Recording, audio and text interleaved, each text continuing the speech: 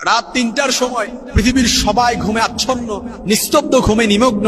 ঠিক ওই মুহূর্তে আপনি যদি জায়নামাজে বসে এই আমলটা করতে পারেন, আপনার মধ্যে যত পেরেশানি আছে, যত দুশ্চিন্তা আছে, যত উদ্বেগ উৎকণ্ঠা আছে, যত ঋণ আছে, এই ঋণের সমস্ত বোঝা আল্লাহ তাআলা দূর করে দিবেন, যেটা আপনি কল্পনা করতে পারবেন না। একেবারে আল্লাহর শপথ করে বলছি, আমি মাজহারুল ইসলামের কথার মধ্যে ভুল হতে পারে, ডাউট থাকতে পারে, ইনকনসিস্টেন্সি থাকতে পারে, কিন্তু নবীজি সাল্লাল্লাহু আলাইহি সাল্লাম ১৫০০ বছর আগে যেই দোয়াটা শিক্ষা দিয়ে গিয়েছেন, এই দোয়ার মধ্যে কোনো ভুল নেই, কোনো ডাউট নেই, কোনো ইনকনসিস্টেন্সি নেই, কোনো ফাঁক ফোকর নেই। এই দোয়াটা আপনি পড়েন, ঋণের যত বোঝা আছে সমস্ত বোঝা আল্লাহ তাআলা দূর করে দিবেন, যেটা আপনার কল্পনাতেও নেই। একেবারে পাহাড় পরিমাণ, সারা পৃথিবী পরিমাণও যদি ঋণ থাকে, এই ঋণ থেকেও আল্লাহ তাআলা আপনাকে মুক্তি দান করবেন, হেফাজত করবেন, প্রোটেক্ট করবেন, শুধুমাত্র এই দোয়ার করার বদৌলতে।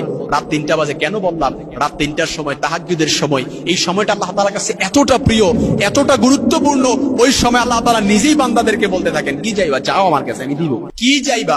ঋণ থেকে মুক্তি চাও, চাও আমার কাছে আমি দিয়ে দিব। অভাব পেরেশানি থেকে মুক্তি চাও, আমার কাছে চাও, আমি দিয়ে দিব। দুশ্চিন্তা পেরেশানি থেকে মুক্তি চাও, আমার কাছে চাও, আমি দিয়ে দিব। যা চাইবা, অল এভরিথিং, শুধুমাত্র চাওয়ার কারণে আল্লাহ তাআলা দিয়ে দিবেন। সুবহানাল্লাহ বিহামদি। এজন্য বুখারীতে হাদিসটি এসেছে, নবীজি সাল্লাল্লাহু আলাইহি সাল্লাম বলেছেন, কোন বান্দা যখন এই দোয়াটি পড়ে, আল্লাহুম্মা ইন্নী আউযু বিকা মিনাল কাসালি ওয়াল হারামি ওয়াল মাআসামি ওয়াল মাগরাব, নবীজি সাল্লাল্লাহু আলাইহি সাল্লাম ঋণ থেকে মুক্তি চাওয়ার জন্য সবসময় দোয়াটি পড়তেন।